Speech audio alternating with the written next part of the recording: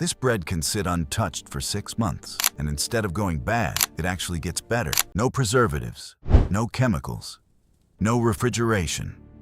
That shouldn't be possible. But medieval bakers created something that modern bread can't even come close to.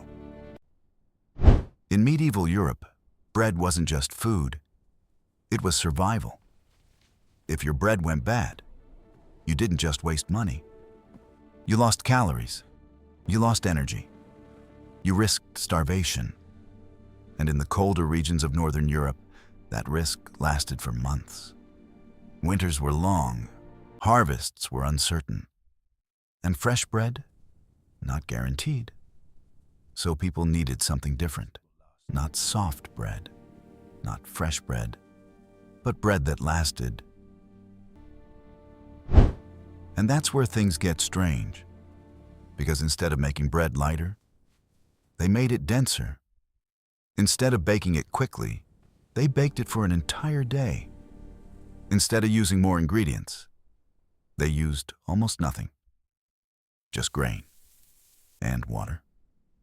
And somehow, that created one of the most stable foods in medieval Europe.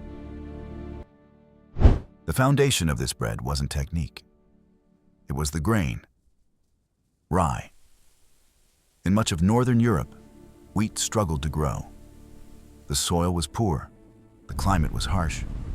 Cold winds, short summers. But rye survived. It grew where other crops failed. And over time, it became the backbone of survival. But rye had a problem. It didn't behave like wheat. No soft dough, no airy texture, no light bread.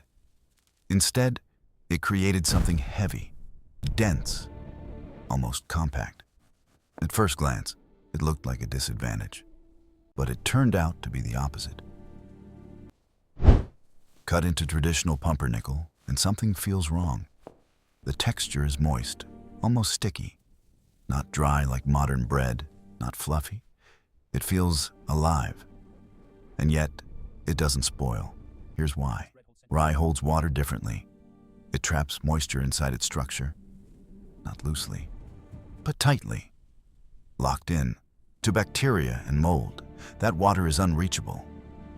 So even though the bread feels moist, it behaves like something much drier. And that changes everything. Because most food spoils for one simple reason: accessible moisture. Remove that, and you slow decay almost to a stop. But moisture control was only part of the system. The second layer was fermentation. Not fast, not controlled, but slow and natural. The dough would sit, rest, change. Invisible processes began to take over. Acidity increased. The environment became hostile to unwanted organisms. To the baker, this wasn't science.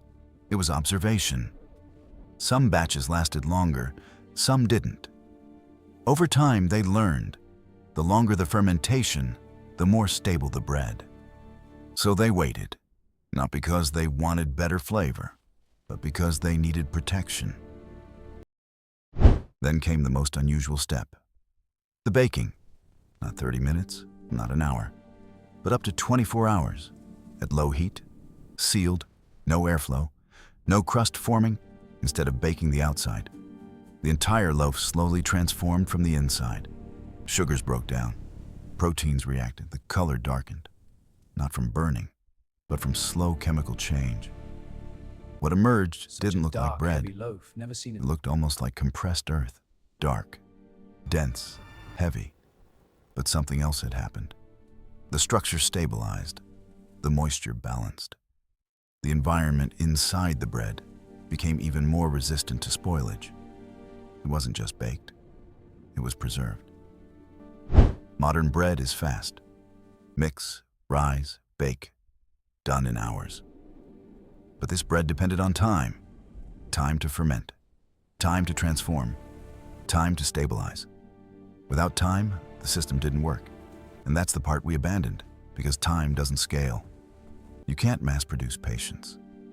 So modern baking replaced it, with additives, with preservatives, with shortcuts, trying to recreate what time once did naturally. Now imagine a medieval household. Late autumn, the last harvest is done. Cold is coming. Food must last, so loaves of this bread are stacked, wrapped, stored, not for days, but for months. And they wait, through freezing nights, through damp air, through time itself. And when they are finally eaten, they haven't spoiled. They've matured, the flavor deepens, the texture settles. What was once harsh becomes richer, sweeter, more complex. The bread doesn't decay, it evolves. This wasn't just household food. It traveled. Merchants carried it. Workers relied on it. Even soldiers depended on it. Because it didn't fail easily. Unlike soft bread, it didn't crumble under pressure. It didn't mold quickly. It didn't need constant replacement. In a world without refrigeration, this mattered. Because food that lasts gives you options. And options mean survival. Now compare that to today. A loaf of bread sits on your counter. 5 days later, you check it. There it is. Mold, soft, fragile, temporary. Even with preservatives, even with controlled production, even with modern science, it still fails faster than a medieval loaf made with almost nothing. That contrast shouldn't exist, but it does. Everything needed to make this bread still exists. Rye still grows, fermentation still works, heat still transforms. Nothing was lost, except time and priorities. Because modern systems value speed, output, efficiency, not longevity, not resilience, not survival across months. So the method disappeared, not because it stopped working, but because it didn't fit the system anymore. And that leads to something strange. A medieval baker, working with less knowledge, less technology, and fewer tools, created a food more stable than most modern equivalents. Not by accident, but by understanding. Understanding how ingredients behave, how time changes them, how to build something that lasts, not just something that works today. And maybe the most unusual part of all is this. This bread was never meant to be eaten fresh.